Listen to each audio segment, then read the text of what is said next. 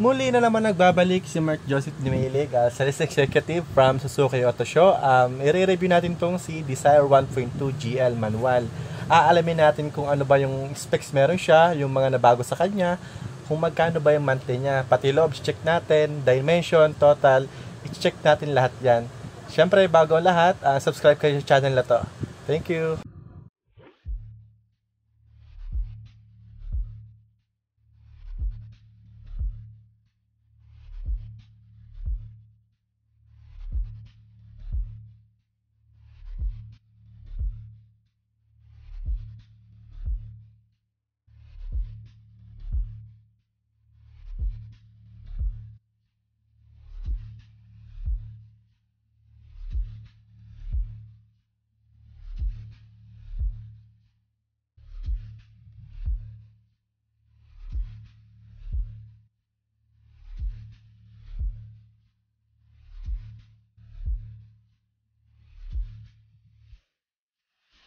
So, ito na yon kanyang tsura niya. Napaka-elegant na kanyang tsura, no?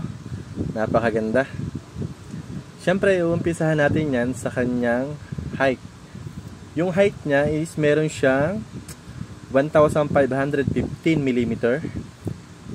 Then, yung width niya is 1,735 mm. Tapos, yung length is 3,995 mm. Then, syempre, pinaka-importante, yung kanyang ground clearance, meron siyang 145 mm. Yan, medyo mataas na siya, no? Ayan. So, ito naman, dito tayo sa unahan. Ayan. Kung ito aerodynamics na siya. Fuel efficient siya kasi wala lang sumasangga sa hangin, no? Diretso na lang siya. Then, ito, yung papansin, no? Itong front grille niya, malaki na siya. Dati kasi, maliit siya. Tapos, gilid niya dito, chrome na, very elegant, napaka-stylish. Yan. Meron na siyang fog lamps, then sa baba may design pa siya na chrome, napaka-forma. Then dito naman sa ilaw, meron siyang multi-reflector headlamp, maganda, maliwanag. Hindi siya kalat. Napakaganda ng liwanag niya. Ayan. Napaka-forma niya, no? Then dito tayo sa wheels. Dito naman sa wheels, meron siyang 185 by 65 by 15 inches. Ayan. Malaki na yung gulong niya. No? Then sa side, dito sa may side mirror, meron siyang signal light for safety.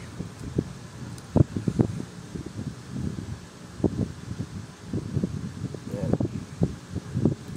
Puntahan natin yung loob. So dito sa side, naka-electric window na siya. At saka central door lock.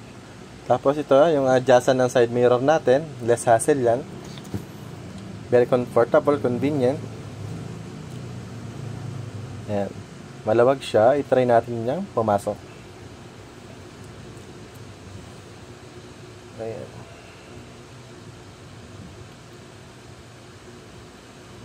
I-close natin yung door. Maliwanag.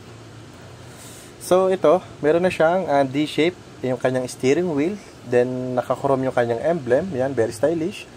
Ayan. Then ito lang, control na siya. Ito sa may ating integrated audio system. Ayan.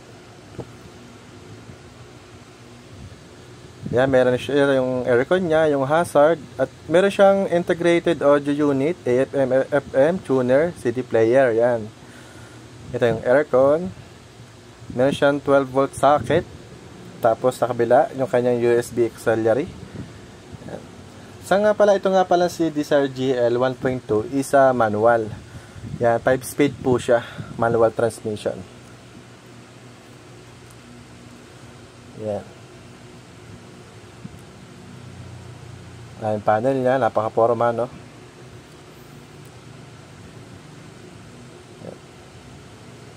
Dito sa itong sa side dito, ayan, mapapansin mo meron siya mga parang abang na lagay na switch.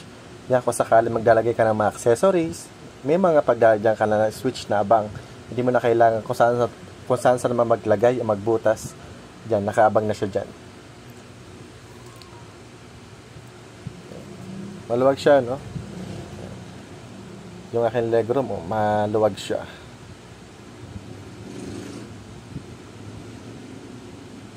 Tapos ito, may lagay dito. Natsakan ng Foreman lang kanyang ano. Meron pala siyang ano. Ayan, airbags, dual airbags sa passenger, tsaka dito sa driver side. Siya nga pala, ito nga pala yung ano, headroom.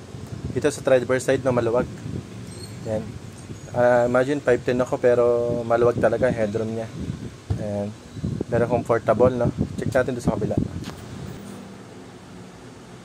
Ayan. Lawak, oh.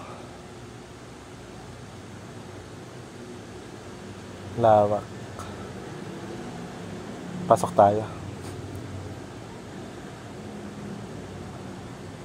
Ito, meron siyang aircon dito. Tsaka yung ano, ito, yung 12 volt socket. Yan, charger, pwede. Ang ganda dito sa loob, no? Lawak, no? Napaka-komportable. Tsaka maluwag siya, no? Siya nga pala, ito nga pala, nakita ko rito. Yung kanyang armrest, itong si Desire GL, meron na siyang armrest. Ayan, may lagayan palang ano dyan, ng battle. Ayan. For convenient. At saka comfortable para kung sakali mangangalin tayo. Maluwag. Ito nga pala, dito sa aking headroom, dito sa second row, legroom, malawak. Ano? Sobrang lawak niya, napaka-komportable. Kahit marami kayo na malalaki, 3 kayo dyan malalaki, 3 ako.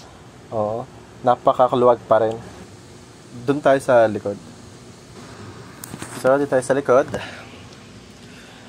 Una-una dito mapapansin yung kanyang chrome dito. Yan, very stylish. Tapos Suzuki emblem, chrome din. Tsaka rear combination tail light, LED din siya. Very visible. Tapos, meron siyang defogger dito sa hamog para maiwasan natin yung pagmumoist. Ayan. Tapos meron siyang reverse parking sensor. Ayun yung bago sa kanya, no? For safety.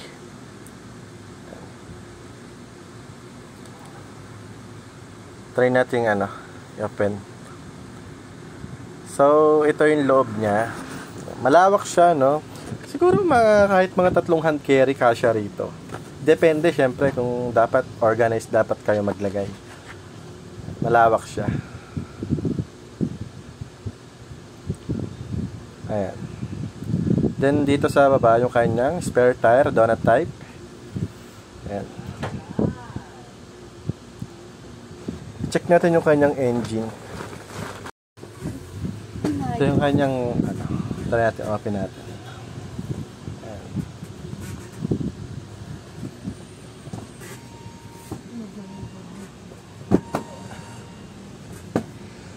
So, dito, sa kanyang, ano, engine niya, malawak siya, no?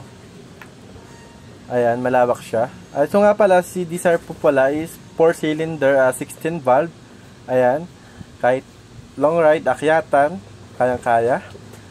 Meron siyang timing chain na siya, hindi na siya belt, kasi yung belt possible maputol sa mga katagalan. Ito, for safety yan, pang matagalan yan. Ayan. Tsaka ano siya ha, maluwag. Maluwag siya. Kung sakali may hinahanap kayo, may aayusin kayo dito, maluwag siya. Ito nga pala si Desire natin, GL manual, is nag-average siya ng 19 km per liter. Sobrang tipid. Promise. So, yun na nga guys, ang ating overall reviews dito sa Desire natin, Desire GL 1.2 manual. Yan. Siyempre sa mga nagtatanong dyan kung magkano ba yung monthly nito, ang monthly nito is 13,188. For 5 years po yon.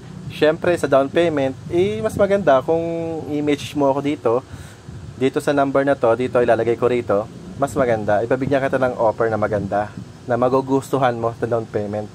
Yan. Siyempre, maraming salamat sa inyo sa panonood, and siyempre pa-subscribe ako ng channel ko, Suzuki Philippines Car Deals.